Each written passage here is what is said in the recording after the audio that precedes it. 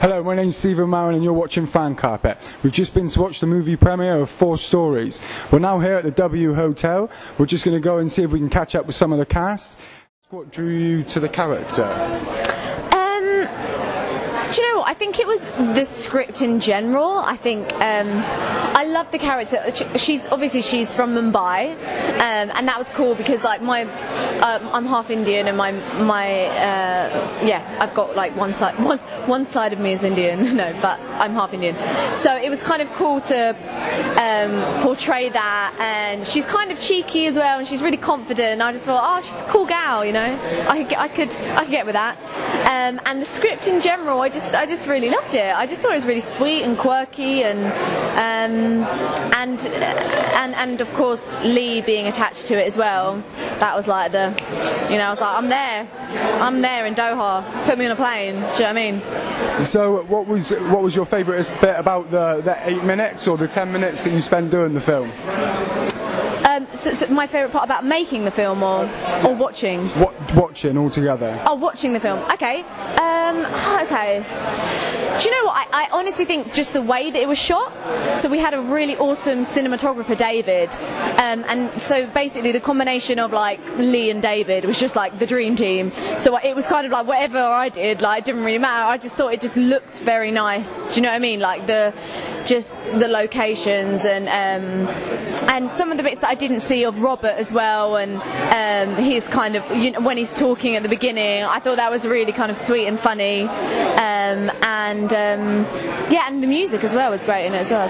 So have you got anything to go on to after this now, or? Well, you know, I'm just kind of seeing where the wind takes me. Just no, I don't know. I don't know what's next. I'm kind of I'm just enjoying what's kind of going on at the moment, and I'm really just taking it step by step, and I'm just really excited to be a part of something like this. It's different for me. It's different from what I've done before, and it's good to be a part of it. I'm really excited. So was this very new to you and exciting to sort of like be involved in this with Intel and W? Have you worked with them before, or are you planning on working with them again at all?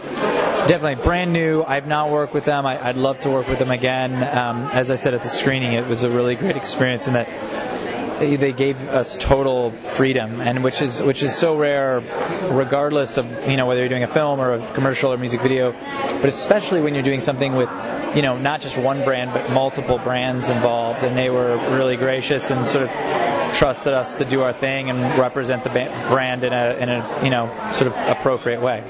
So after watching your movie this evening, how do you think it went as a whole? Is that the first time you've seen it, or have you watched it previous to that? Well, I cut it, and I was there sort of from the start to finish. So I've seen it probably too many times. I mean, I think I think Naomi and Robert are great together, and I don't know that I have much objectivity anymore, but they're great together, and I think my DP David, who's not here tonight, did a lovely job of showing off Doha and the W and Intel in a beautiful way. So I just tried not to screw it up too much. Excellent. So do you have any plans of what you're going on to next, or do you have anything in the pipeline? I'm going to write a television show for FX, which is a little cable network in the States, and I'm going to write a movie for another director and actor, which I'm about to start on. So as far as my next directing gig, I'm not sure. Still trying to suss that out. Will you be able to explain very broadly the project as a whole and how it arose and how it's taken place? It's a long story, so I'll try to be brief. But basically, Intel and W wanted to support new emerging talent. So this idea was cooked up to have a competition for screenplays and to invite people to submit ideas. And I got involved, as a judge to review some of there were 1,000 entries, so I didn't read all of them, but I read about 50 of them, and I helped to select the ones I thought had the most potential for what we were trying to do. And so, yeah, basically, I'm grateful that so many people were enthusiastic to put the effort in to write the screenplays, and grateful to the filmmakers for being so diligent and making such, good works. And I'm proud to be involved.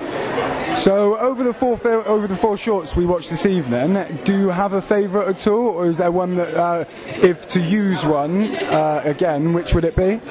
What was the last part of the question? If to use one of these films, if you had to select one of the best, yeah. You know, that's sort of unfair. I sort of like to celebrate the whole group of them. So I think, you know, mine, of course, is the best one. So I'm just proud of the whole group, and I feel like I don't want to single one out, but I thought they all had their merits. So on a whole, has this have you retrieved sort of like what you wanted to from the whole project? Has it been successful?